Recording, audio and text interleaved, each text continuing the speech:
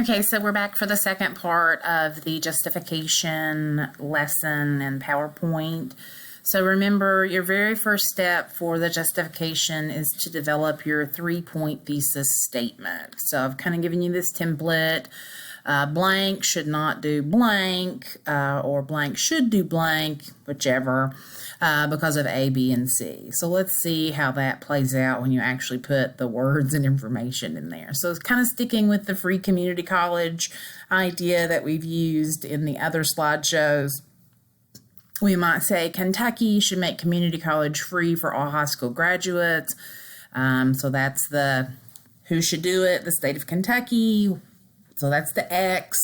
What should they do? Make community college free for all high school grads. So that's the Y.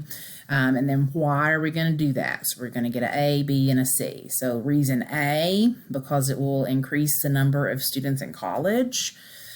B, because it will improve the workforce. And C, because it will stimulate the economy via the middle class.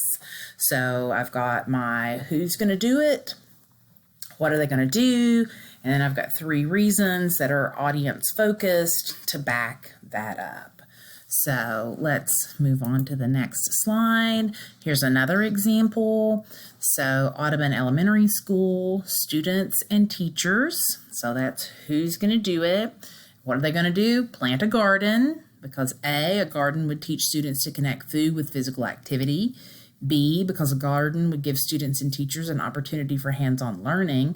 And C, because a garden would provide a healthy food source for students. So this might be a thesis that would be an example of a solution to perhaps the problem of childhood obesity. So in order to combat childhood obesity, which was in our problem section of this hypothetical paper, we're going to give students sort of this power of connecting with their food through a garden. So this is a great example of how the problem solution paper would be all about childhood obesity. And then the solution is going to feed into this justification paper, which is not necessarily going to focus solely on childhood obesity, but it's going to focus on this solution of connecting back to food through gardening via the school. So sometimes the papers will do this. The justification will take it'll veer a little bit further away from the problem. And that kind of makes sense, especially since you're trying to solve that problem. So I think if there's one more, so a couple of legislative sessions ago, there was this HB 166 that was presented in the Kentucky House of Representatives, and it was a bill that was meant to legalize medical marijuana. So of course this bill did not pass, but this would be a way to maybe on a small level and using a pre-existing bill, argue for the legalization of medical marijuana in the state of Kentucky. So this one's really specific. So it's directed specifically to the House of Representatives, and it is specifically about House Bill 166. And that was commonly called the medical marijuana bill. And then we're going to give our 3 reasons. So the first one is because it could help reduce dependence on opioids. The second is because it could help raise tax money. And then I just made this third one up. So I'm probably not going to be able to find research that supports the idea that there's corruption in local law enforcement. So that's something that I'm going to have to get rid of, or I'm going to have to come up with another reason that I can find research to support. So I put this on here on purpose to sort of show that, sometimes we kind of have these ideas about things that are hearsay or are rumors that we've heard, or God forbid, conspiracy theories. And those are things that cannot be used to support your thesis. So really make sure that the reasons that you have to support your thesis are good quality, reasonable reasons. So things that the majority of people would accept. So no X-Files kind of things, no conspiracy theories. You really want to make sure that you can find good, solid, reliable sources to support these ideas. So moving on then, the general structure of the justification paper.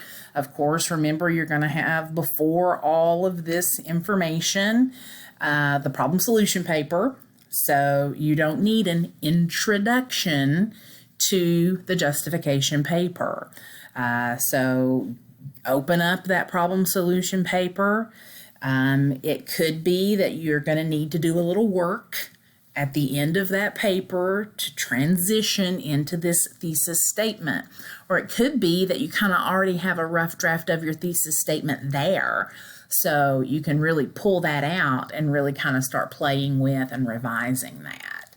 So ideally, it's going to begin with this 3-point thesis statement, and that's going to set up a map for you and for your reader. So from that point, you're going to take reason 1 and develop it with sources and information. Then you're going to take reason 2 and do the same, so on and so forth. So let's see what that might look like. And I just talked about this, so I'm going to skip that slide.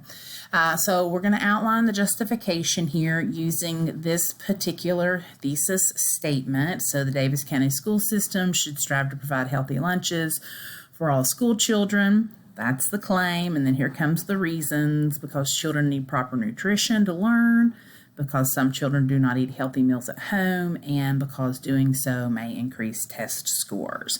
So notice all 3 of these reasons are ideas that should appeal to the leaders of the Davis County school system. So that's key, that whatever you pick as your reasons are reasonable. And the second key is that they are audience specific. So you want that link to be there between your reasons and your audience. So it might look a little something like this. So I've just restated the thesis up here at the top so we can see it as we're outlining. So we're going to come down here to the first reason: because children need proper nutrition to learn. So we see for reason 1, we're just going to restate that idea. And then I'm going to give the information here to show what I will write about in my paper. And then I've given this warrant here: learning is good for kids.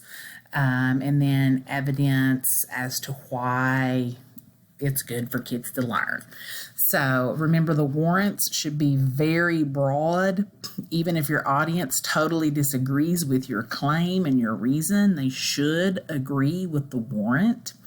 And so then for reason 2, I would do the same thing. And then for reason 3, I would continue on. So on your outline that you see, this is a good idea of how you could outline it. So notice that I have mine just kind of listed out because I don't have enough room on the slide.